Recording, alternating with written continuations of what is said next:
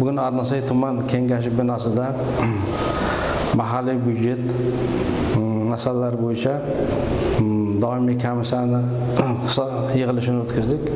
Komissiyada biz tegishli mahalliy byudjet tashkilotlari bilan hisobotini eshitdik, tingladik.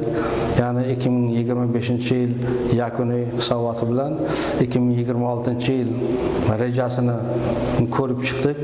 Har biri bilan bitta o'tib, punkt o'tib ko'rib chiqib, biz Arnasay xalq deputatlari Arnasay tumani kengashi yig'ilishiga taqdim etishga kelishib oldik. Biz mahalliy byudjet hisobotida jami tumanimiz bo'yicha 2026-yil 57 milliard xarajat va 77 milliard so'm daromad manbalarini ko'rib chiqdik.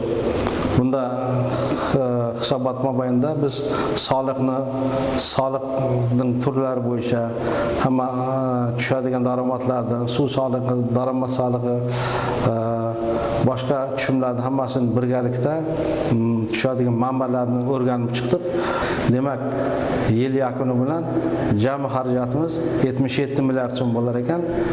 Shundan 53 milliardi mahalliy byudjet hisobidan tashkil etar ekan.